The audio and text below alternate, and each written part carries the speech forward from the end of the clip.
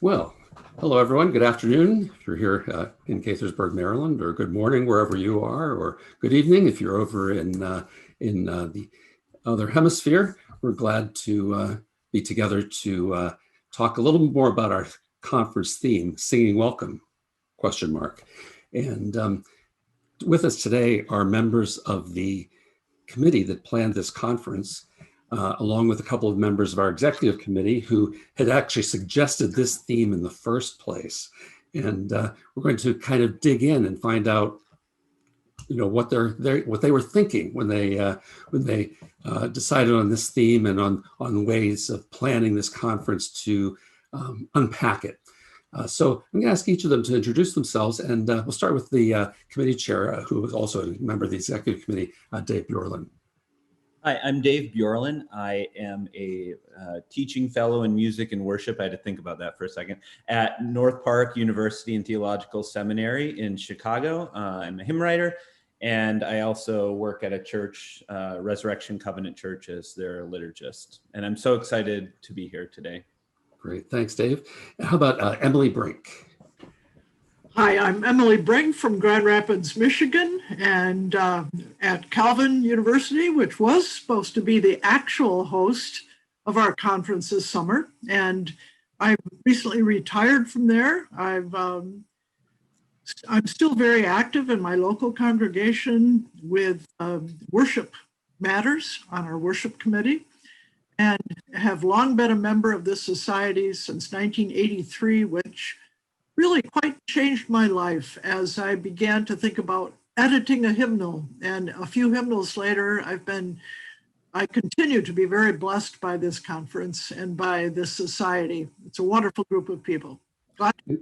And what Emily did not tell you is that she was the first woman president of the Hymn Society, and that should provide a little fuel for considering the whole notion of singing welcome, right? And Iteke, Prins. Hi, I'm Iteke Prins. I'm from the Albany, New York area. I'm a semi-retired organist, choir master. I also do handbells. I am also a hymn composer. And I am so happy with the Hymn Society. I've been here for over 30 years, I think. And I always found this to be my 1 week of heaven every single summer when I could come to the Hymn Society. Thank you, Iteke. Slats, Toole. I'm Slats Toole. I use they, them pronouns. I am Zooming to you all from Dakota land, specifically Minneapolis, Minnesota. I am a writer, liturgy, some occasionally hymn texts, other things, and queer activist within the church. I am centered in the Presbyterian Church USA, but we joke that I am a Reformed Methodist Episcopalian in my full background. And I became involved with the Hymn Society as a Lovelace Scholar for the Columbus Conference. Great, thank you. And now from our executive committee, Ben Brody, who's the president of the Hymn Society. Everyone, it's great to be with you. I teach at Whitworth University here in Spokane, Washington. And and I'm grateful to be here with you. Ben and I see a lot of each other. We talk every week on the phone to make sure I'm doing my job, that. And let's hear from Tom Baynham. Hi, Tom. Good morning, everybody. I'm Tom Baynham. I am the pastor at Freedom's United Church of Christ in St. Charles, Missouri, just outside of St. Louis. I'm in my second year on the executive committee.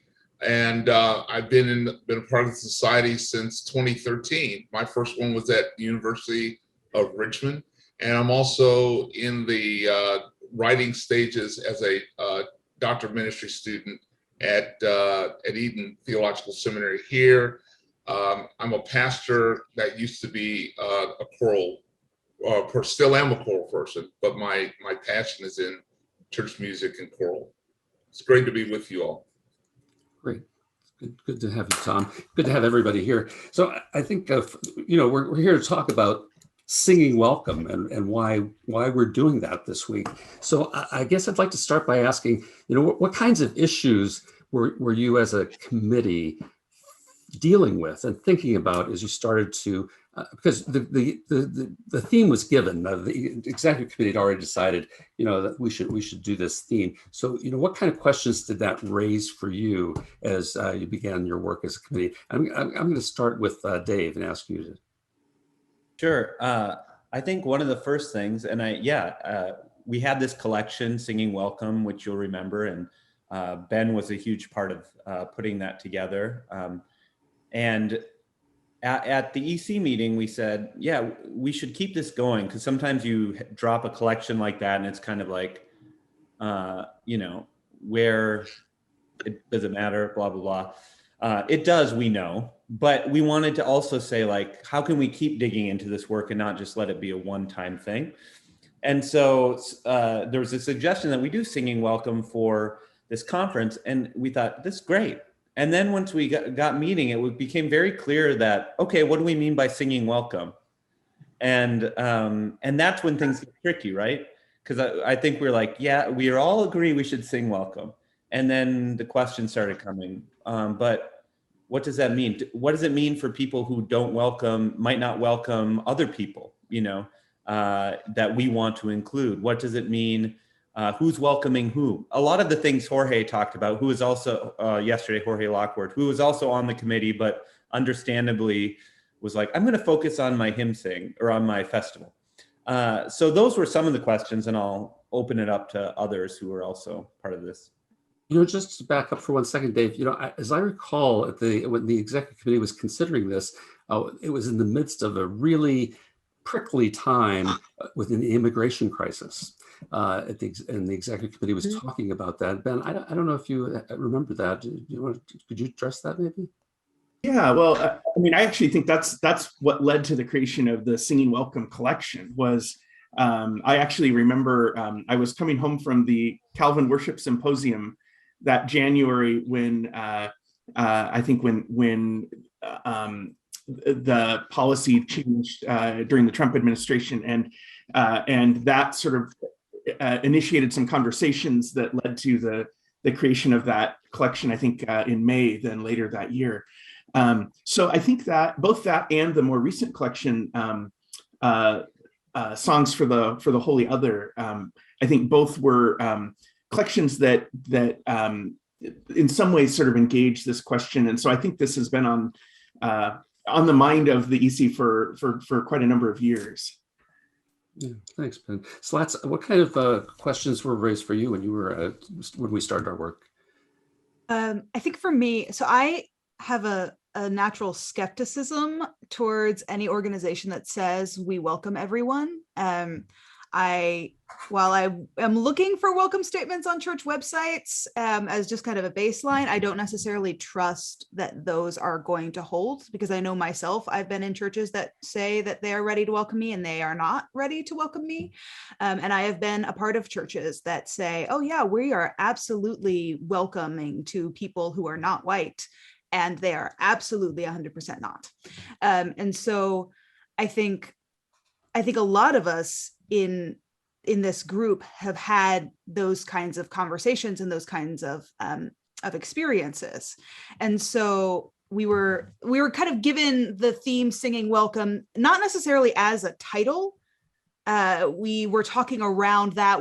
How can we kind of queer this, as I would say? How can we challenge this a little bit? We ended up getting to the question mark because we were having these big ideas of what does it really mean to welcome, and who is the person who is welcoming, and can we really claim to be welcoming? And then we realized that just putting a question mark on it started to convey all of these many thoughts that we were having. Does welcome of some include exclusion of others? How does welcome actually play out practically? When is it when are we just talking about, oh, well, that's a great idea, and when are we actually putting our feet on the ground? So I wonder if you could talk more about the question mark. Anybody like to kind of weigh in on how the way this theme is stated, the words singing welcome and the question mark? Somebody like to? We muddled that over among ourselves with words, and that then all of a sudden there was a bit of distinctly remember this. There's a bit of a silence, and all of a sudden Emily said, "Oh, why don't we put a question mark behind it? Mm. And I think that's it all of a sudden. Yeah, that's a great idea, because there were so many facets to welcoming. Both of ourselves is welcoming reciprocal. What do we do with this? There were just so many questions, and the question mark sort of answered that in a sense. So Emily, you've been blamed for the question mark. You want to talk a little bit about that? Well, we wanted the word welcome, and we wanted the title of our conference to be short. And we thought perhaps that question mark would expand those two words in many possible directions. So as we sifted through possible other titles, just that question mark we thought might be open and open-ended so that we could explore the questions. Yeah. And I think sorry, Mike. Oh, I was just going to say, in adding to what Emily said, I think it also helps you. Maybe you might have thought, oh, they have a question mark, they're going to give us the answer. But I think another great thing a question mark does is suggest, there's that famous Rilke quote about, you don't find the answers, you have to live the questions now. And then perhaps gradually in some distant day, you'll get to the answers. And so I think this is our part of that way of kind of living into the questions and knowing that it's going to be imperfect and messy. And you're going to be dealing with a lot of goods that can feel like they're competing sometimes. And so I think that kind of stance of humility that a question mark brings to was important to me in the group. Slats already raised some of the sort of the existential realities of that welcome is not always as simple as it seems, and is not always as lived out as people profess. I'm wondering what other kinds of questions came up in the group as you start to unpack what this might look like and what we might be talking about. Anybody?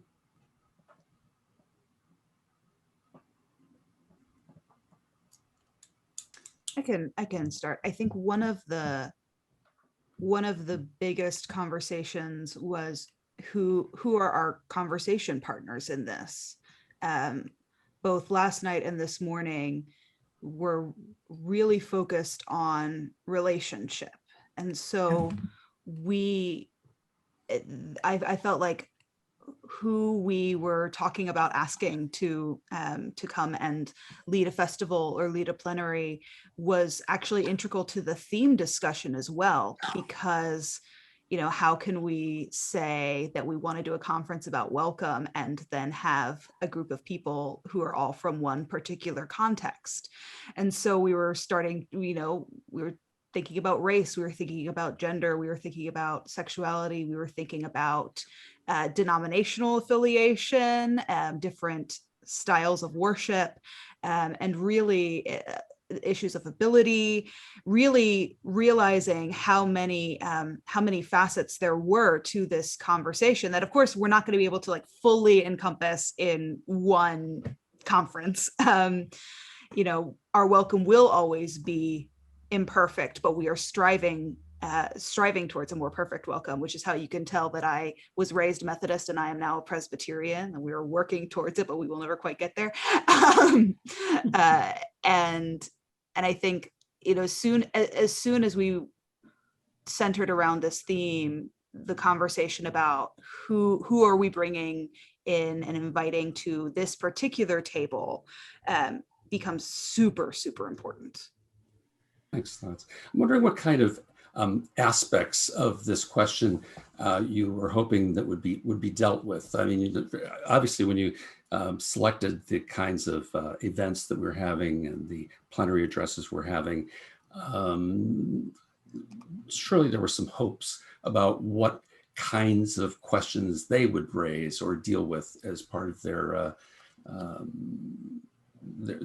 events. Tom, what do you think about all that? So the question that we kind of discussed this yesterday as we were reading each other, and I was intrigued. I wanted to see how how we would respond to the question. How do you answer that question? Slats is right. You're not going to do it in a 3 or 4 day No. 3 or 4 day conference. But I was intrigued by how the people who are leading sessions and plenaries were going to approach the question. I was not a part of the or on the EC when this decision was made for the focus, but I can tell you that as we discussed it once I became a part of the EC, that was always in the back of my mind. I kept thinking, singing welcome, and so my perspective has been to see how the different presenters attack the question and how do they present it. I don't know that there are answers. There may be. I think last night, Jorge's presentation last night was spectacular in terms of getting us to really think in a different direction. In fact, I said last night in the Hangout group, I was pleasantly surprised. It was totally, what they did was totally unexpected. And I think that's how we go about it. Let me say one other thing. Even though I wasn't part of the process, I'm convinced that the genesis for getting to this point, the singing welcome, didn't just happen when this group got together. The genesis for this started, I think, as early as our conference in 2016. I would argue it even happened in 2015.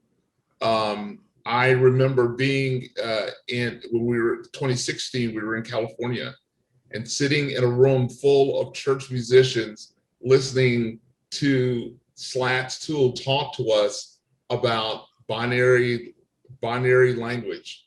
And at that point, I thought, yeah, I think the genesis didn't necessarily start there, but that was the beginning of where we are at this point, and that this group decided to take on the challenge of answering the question we're trying to answer now.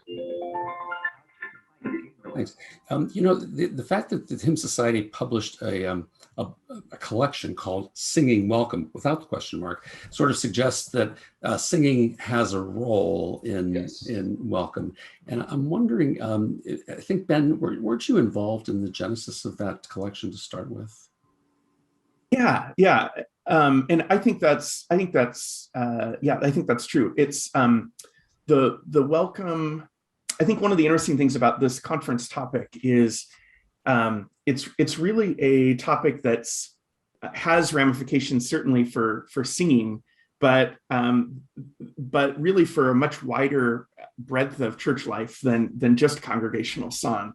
And so we're looking, I think, at how congregational song maybe embodies that welcome. But I think that also there are so many factors that need to be in tension and conversation together, and song is just one of those. So one of the things I'm excited about with this theme, and we can see this, I think, already in the presentations we've heard just in the last day, is how it's going to expand congregational conversations in my context that will include music, but will raise other questions and lead to other discussions as well. So I love the breadth of this conference, this topic, that it's allowing us to think about song, but also in this much it raises many other questions as well. Yeah, I think that's the multifaceted nature of welcome, I think, was one of the reasons we wanted speakers that are also multifaceted. we all know singing and we're all here because of song in some way, but we really were intentional about like, we want a biblical scholar like Margaret Amer who can bring that perspective. We want someone like Elizabeth Conde Frazier, who's practical theologian, and then someone like Martin Tell, who is really, has worked on these hymnals and does music. Because if welcome is all these many tangle of things, the way we have to sing about it also needs to be grounded in the biblical narrative. It needs to be theologically sound. So many times we try kind of like, well, let's just sing this song and see what happens. And so we were very intentional about wanting to bring those other voices from different fields that have to be a part of that conversation. If welcome's, like Slats said, if it's going to be more than just a sign on our door or the song we sing at the opening, for the introit or whatever.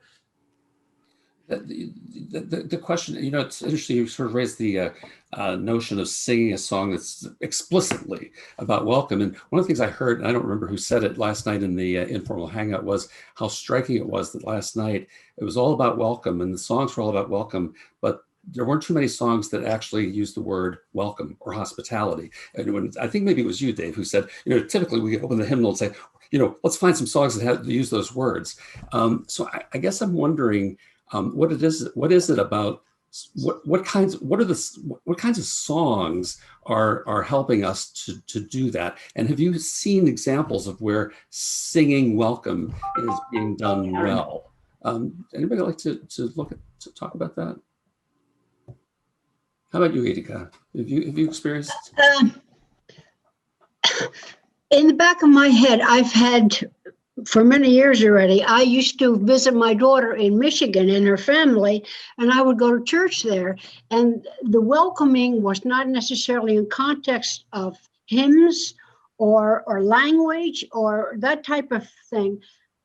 For me, it was unwelcoming to be in a church, stand up for the first hymn, and watch the bouncing ball on the screen, and everybody would hold on to the pews, their mouth completely closed, and you just heard the people up front sing. Mm-hmm. That to me was extremely unwelcome. And I know we're not covering that particular topic, but I mean, it's one of the aspects of, of welcoming is the people doing it welcoming. It's also the procedure. Is it the person who is doing the music, the organist, the guitarist, whatever. I'm not saying that one instrument is better over the other, but whatever it is, it has to be done well and with welcoming, participation type thing. If you haven't got that, why bother to sing in a church and worship? Because there was none, to me. Yeah, I'd like to add to that a word that Slats used about relationships. Yeah. That is so key in whatever happens in a congregation. And I would add the word incarnational. At some level, what we sing, we invite into our worship. Actually, we are invited into the body of Christ, who is there present incarnationally. And so when we sing, if we can be in relationship in our hearts to Christ, in our being together with others, in relationship with the leaders of congregational song in a congregation who are also in relationship with their congregants in a way that they know each other and knows what works and how to encourage something new. That's the beauty of good leadership. Yeah. Yeah. So you're sort of suggesting that singing and relationships are somehow related. I wonder if Tom, if you've had those kinds of experiences in your own ministry.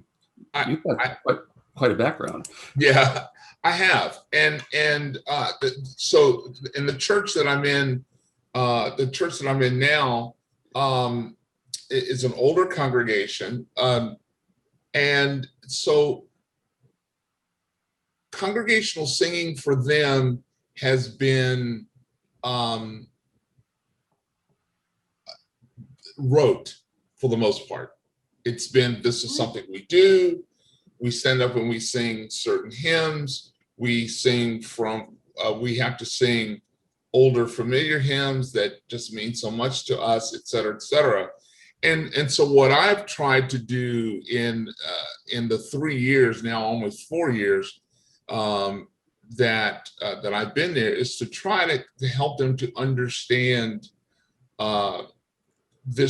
that singing is worship. It's not just something we do as a part of what we do on Sunday morning. It is, we are worshiping God. We are giving thanks to God, and at the same time trying to show how do we relate with each other and with God through what we sing, and that's the challenge, I think, for those of us who are in the local church.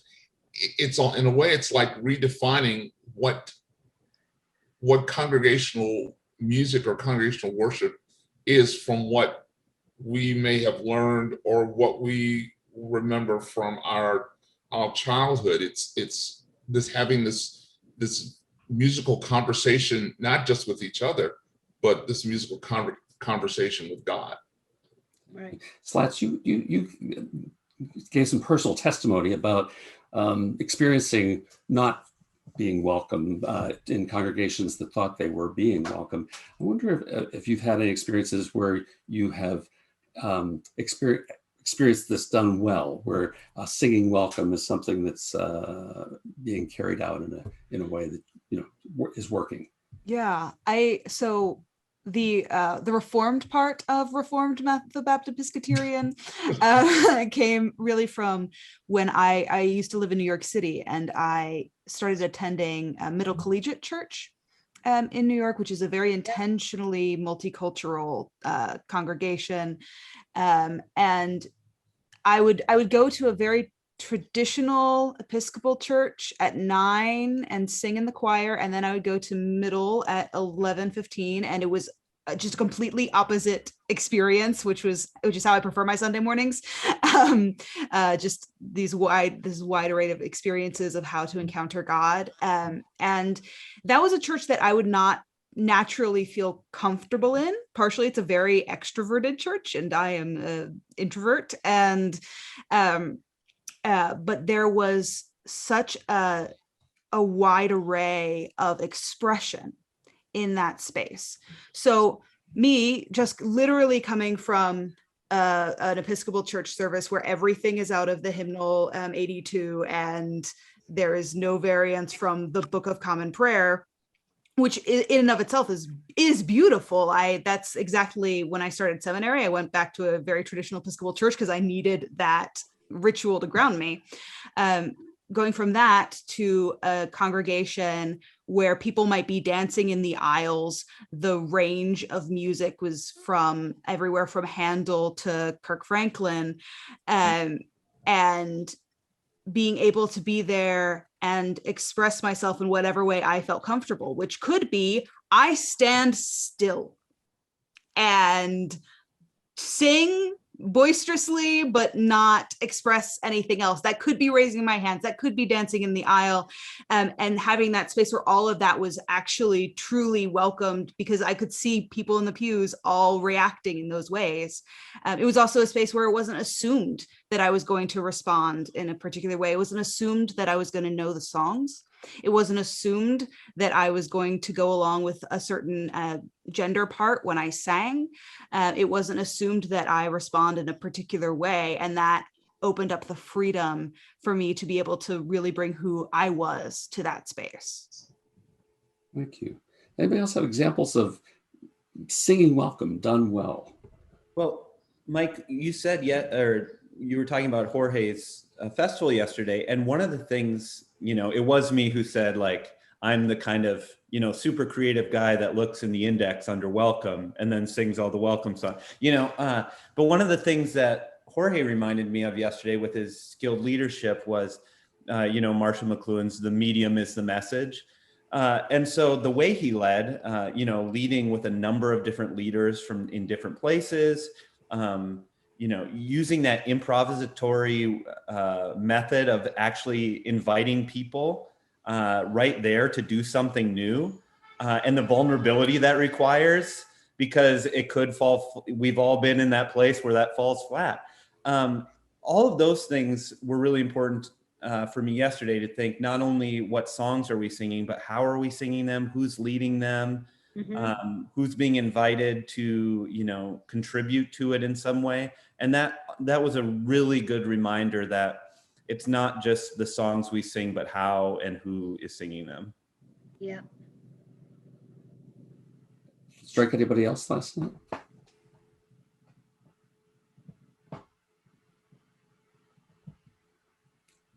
Okay. Well, as we now move forward into the rest of the conference, I'm wondering what your hopes are for the way that this question will continue to unfold. I wonder if I could start with Iteke and ask you, what are you hoping that we will be moving into?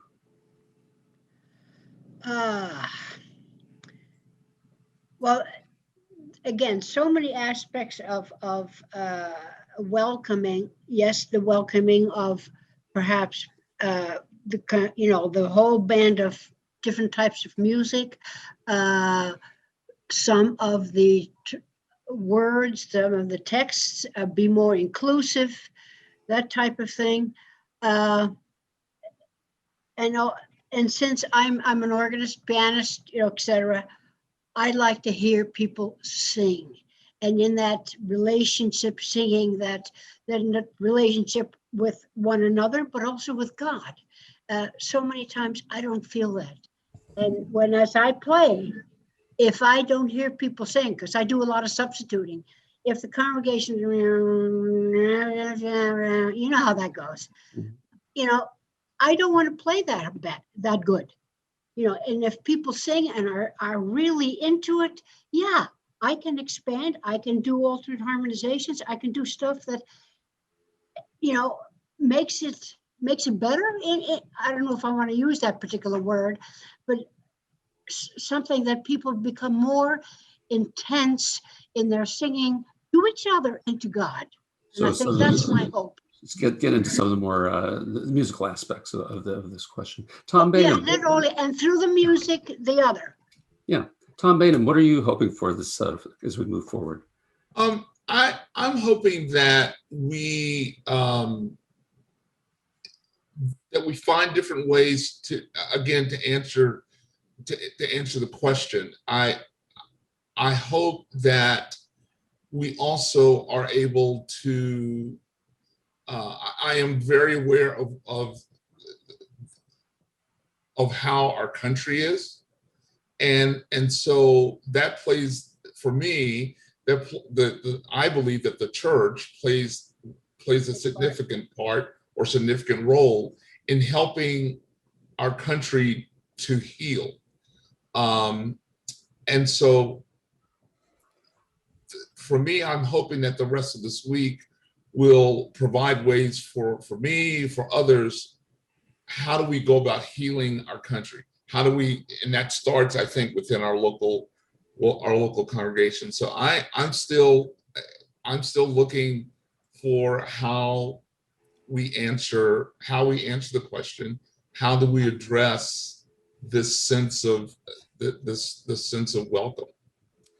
Since you raised this, we'll come back to hopes in a second. But before we do that, I do want to remind everybody that if you'd like to contribute to this conversation, probably the Q&A is the best way to do that. We have a comment from Milner that we'll get to in a little bit. But if you'd like to contribute either with a question or a comment, please use the Q&A for that.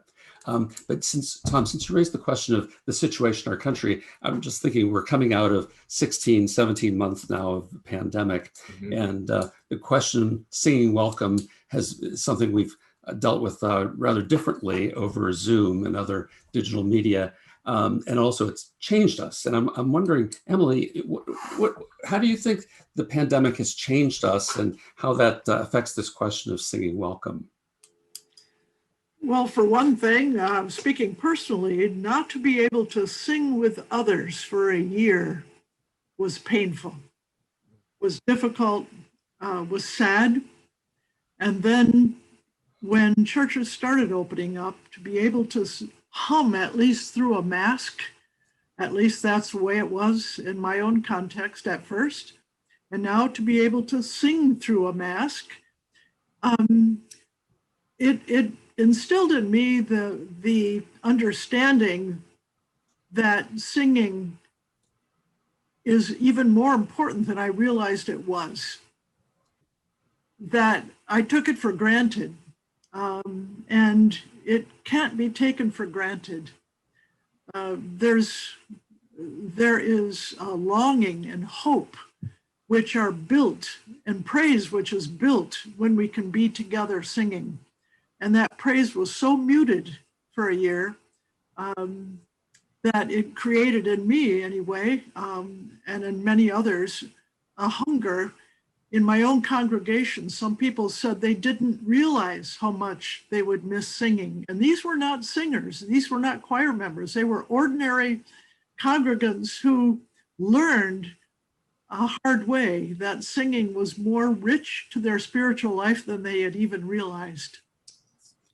So perhaps for such a time as this, as we can return, we hope, to open singing, that we understand how deeply song does nurture our souls.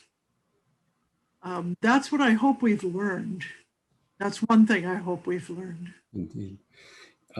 Ben, you're both a professor and a local church musician.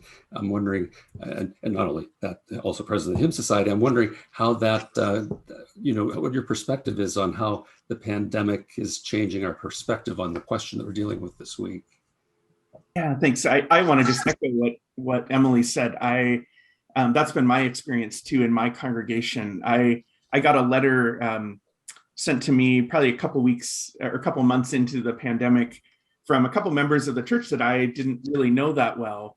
And their letter essentially said, when we joined this church, it was because of the preaching and that's why we, it was the words that were spoken that were important to us.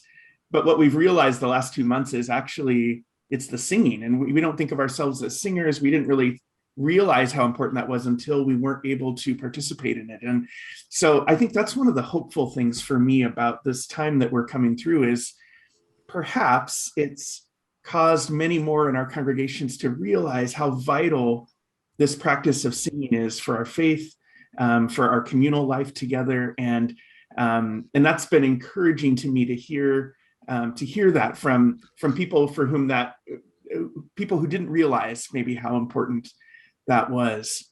I think also with the question of, back to kind of our conference question of singing welcome, I think the pandemic has raised all kinds of, or I should say, as we are coming out of the pandemic, there are all kinds of new questions about what does welcome look like?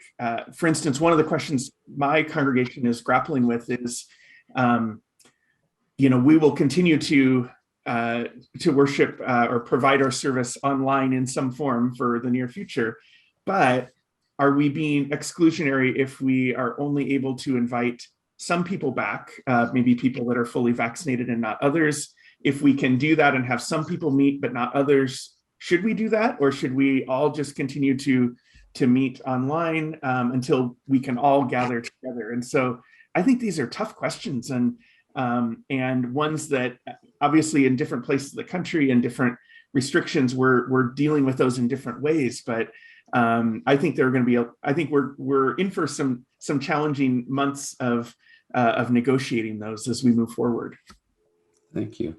Hillary Donaldson just put a comment in the chat from quoting Donald Shell, who has said, "Singing together dissolves our sense of the stranger." That's a pretty provocative notion, and sort of suggests that being able to come back and sing together is going to actually enable us to be more welcoming. I'm wondering if do you think that's would you agree with that, Dave? Yeah, I think, and it was said in the comment before, that vulnerability that it requires. I'm trying to remember, I think it was Ambrose of one of the early church fathers said something about, I'll just, that way no one can fact check me. Someone in church history once said, singing together unites those with differences. And while you're singing a psalm with someone, basically you can't be angry at them. Or if you're going to do it well. I think we've all probably had times where we could be angry at someone we're singing with, but I think it becomes harder when you have to, when you're doing that deep listening, when you're in, there's that sphere of entrainment that you're breathing together, your hearts begin beating at the same rhythm, all of those things. I think if they don't immediately dissolve our differences, which I don't think you can, but I do think they make them maybe more like a membrane, or more like, more porous in ways that can help us find one another in the midst of that in some way. That's kind of my vague way of saying it. There's Kevin Kelly sort of just put in another comment that sort of goes to this point, saying singing doesn't just express welcome, it fosters welcome. And Adam Tice is following up on Emily's comment. I think a very interesting comment about how during the pandemic, some of the people who don't really like to sing sort of felt relieved, sort of resenting the assumption that they ought to participate actively. And Adam says he confesses his frustration when seeing those faces in the congregation. Any thoughts about how we can better welcome those folk in our song, people who don't really want to engage actively, vocally? What do you think about that one, Slats? You were going to ask me that. Is that the sense? I think one of the beautiful things to me about being in the church is that we can sing for each other, we can pray for each other, we can pray alongside. When I am in depths of despair and I do not have anything hopeful that I can pray, there is someone else who can pray that hope for me. When I am joyous and have strength to lend to others, I can lend that strength. And so I wonder if there is a way.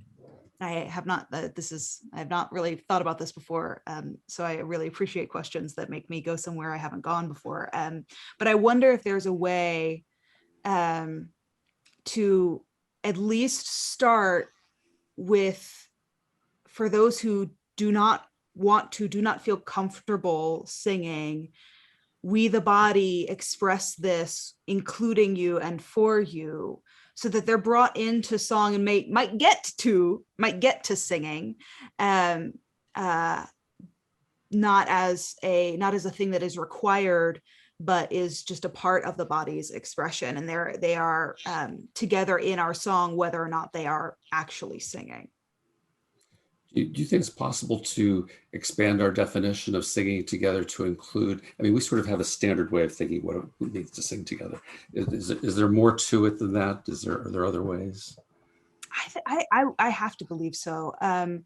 There are times where, like, there was one point during seminary, I'd hurt my shoulder and I couldn't hold a hymnal,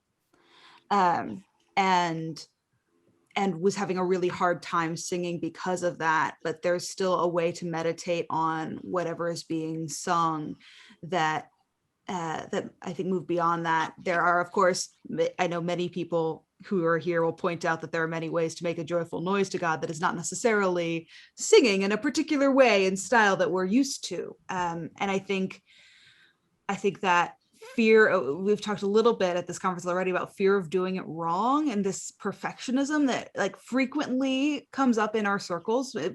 Perfectionism is an issue in a lot of musical circles, of this must sound this way. And once we can break that open, it lends space for so many other expressions. It lends space for somebody shouting something in the middle of a song, and it lends space for those of us who are not great at clapping, trying it anyway.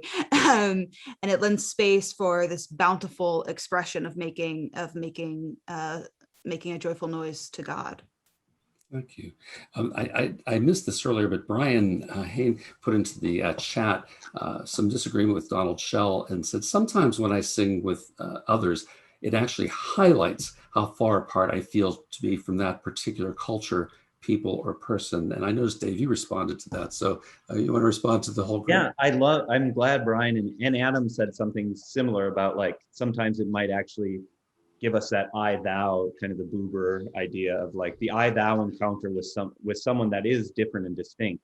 And I don't think there's a right answer. Maybe that's a question mark too, because we understand that it brings unity, but it doesn't dissolve difference.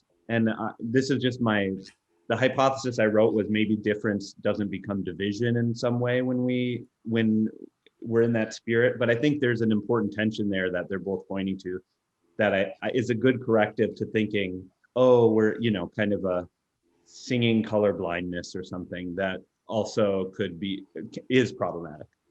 So that tension there is really important. Just to follow up also on this question of people not liking to sing, Martin Tell has put in a comment, said, one of the things we experimented quite a bit with on Zoom was with simple body gestures with refrains or responses. Some people would like to continue with this, some of whom I've observed have really not engaged with singing. It is even more beautiful in the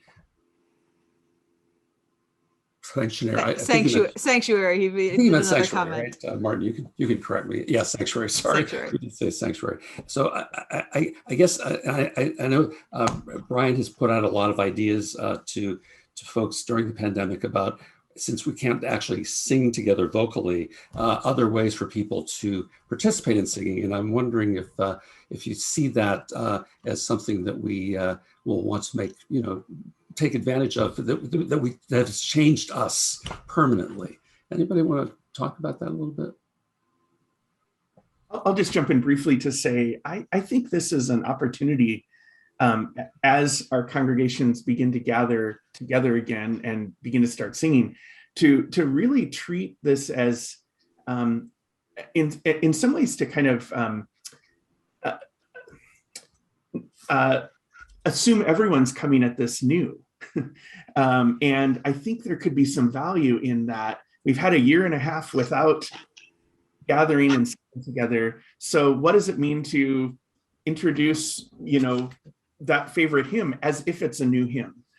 Because for some people it may be, but I think this could be a great opportunity to sort of reset some of our assumptions about what's in our canon or out of our canon, or what's known or unknown in our congregation, because we're all kind of starting fresh together again.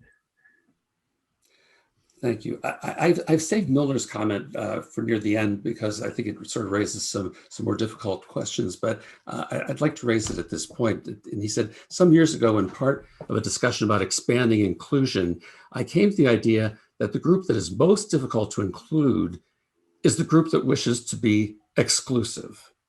And I'm wondering if somebody would like to pick that up.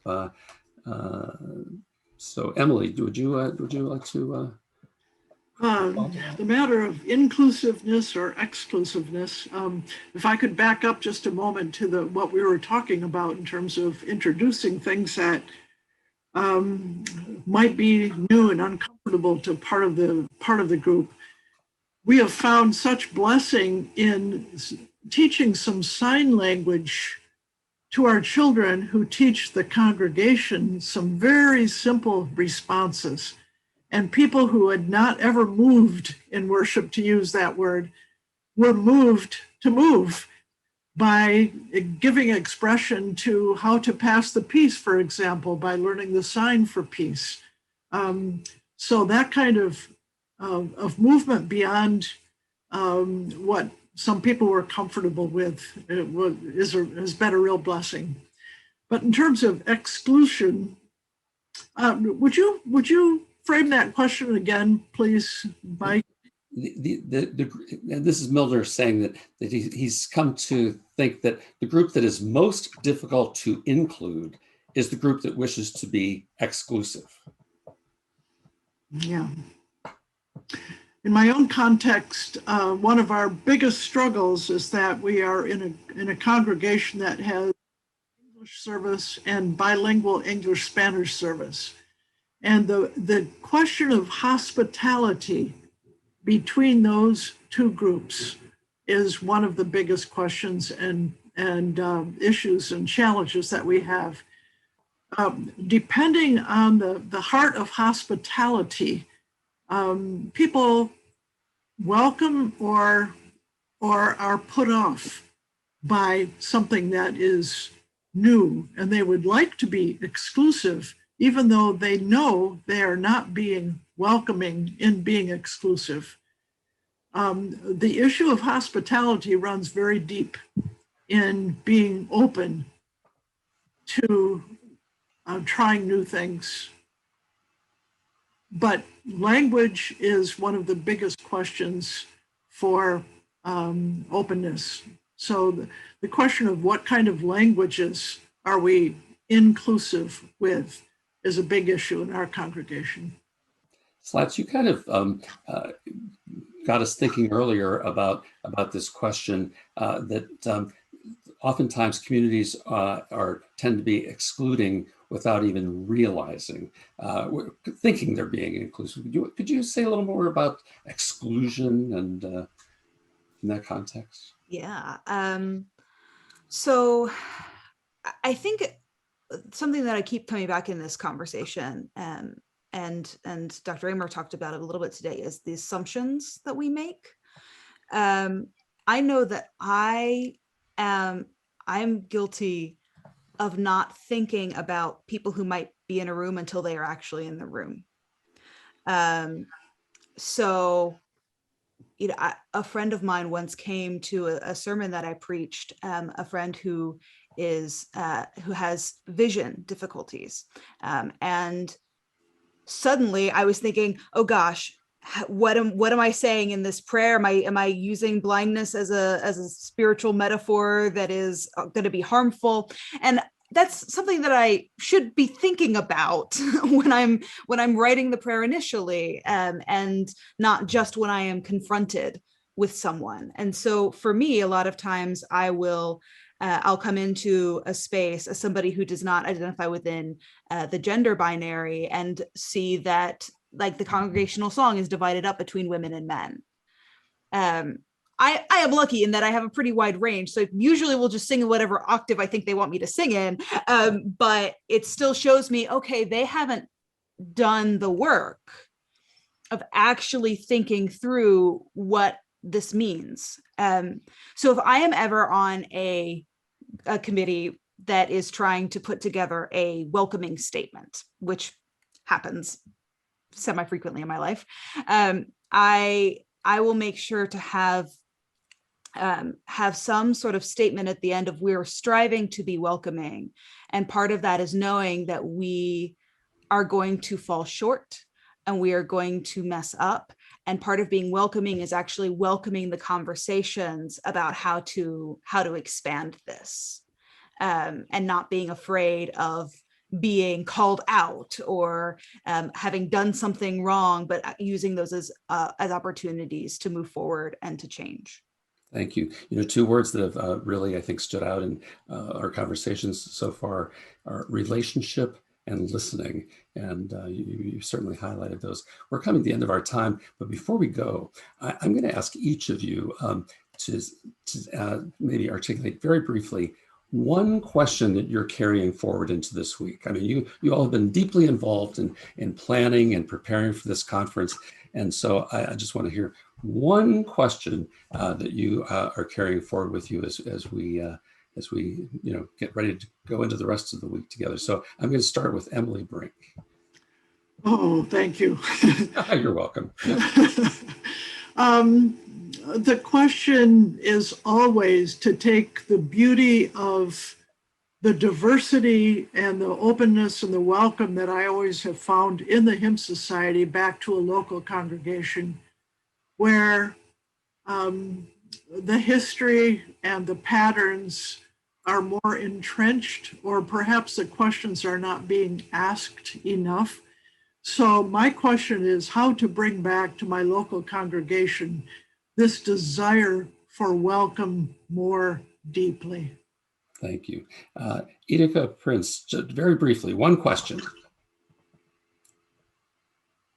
Iteke, you're muted. All right, we're going to come back to Iteke. Let's go to Tom Baynham. One question.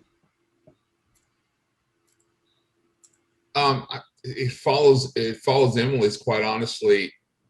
What can I learn this week that will be beneficial to my congregation, not just musically, but spiritually? And how does that help us do welcome?